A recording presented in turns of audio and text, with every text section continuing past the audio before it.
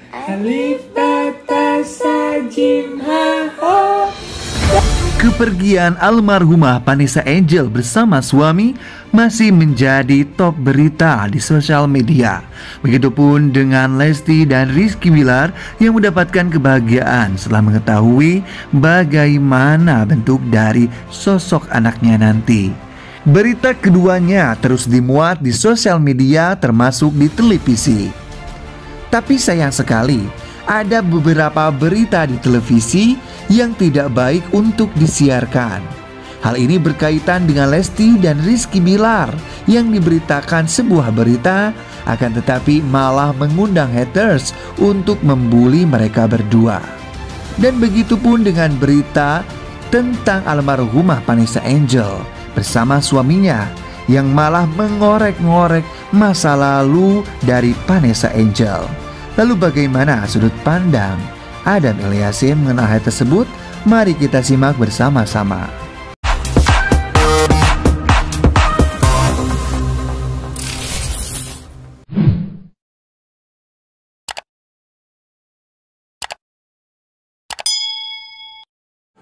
Assalamualaikum warahmatullahi wabarakatuh.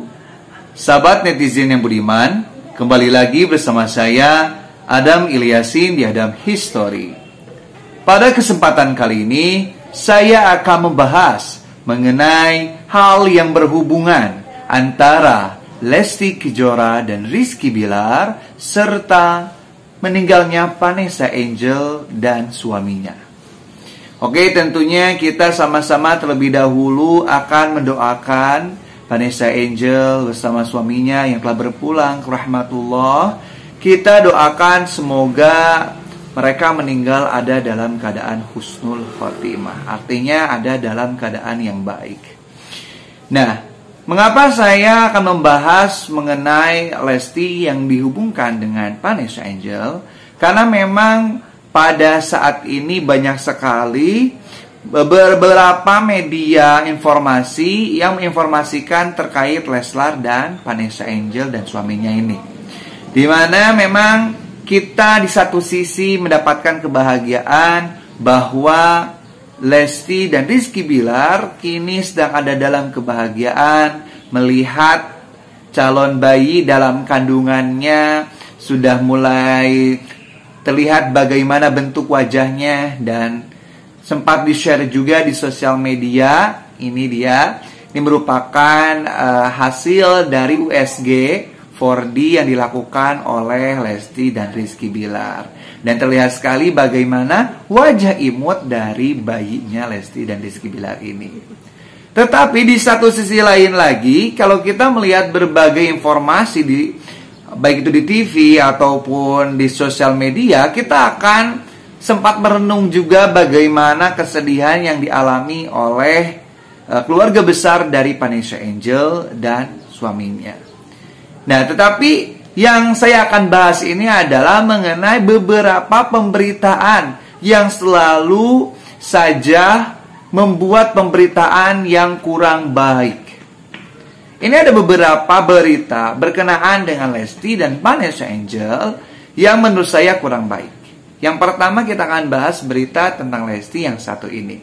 Di mana dalam berita ini sebenarnya banyak sekali yang bisa dijadikan judul berita. Tetapi mengapa yang diambilnya judulnya seperti ini? Memang tidak masalah, tetapi akhirnya menimbulkan banyak huru-hara di sosial media. Orang-orang jadi akhirnya malah membuli seperti ini. Di komentar yang akhirnya timbul dari postingan berita yang menurut saya kurang baik judulnya. Ada juga nih judul berita yang malahan sangat tidak baik sekali. Karena ini menceritakan kejelekan almarhumah seorang yang telah meninggal, yaitu Vanessa Angel dan suaminya. Sebagaimana kita ketahui bahwasanya ketika ada seorang meninggal, harusnya itu kita bersaksi atas segala kebaikannya.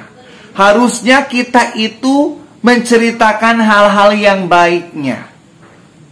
Jangan sampai kita menceritakan hal yang buruk, hal yang jelek yang berkaitan dengan orang yang meninggal. Nah, ini ada berita yang disiarkan di televisi saat Vanessa Angel meninggal dengan suaminya, malah diberitakan tentang kesalahannya masa lalu. Nah, menurut saya ini tidak elok dan bahkan tidak baik, keluar dari ajaran Islam. Di mana sangat penting sekali orang yang masih hidup itu menjadi saksi akan kebaikan orang-orang yang meninggal.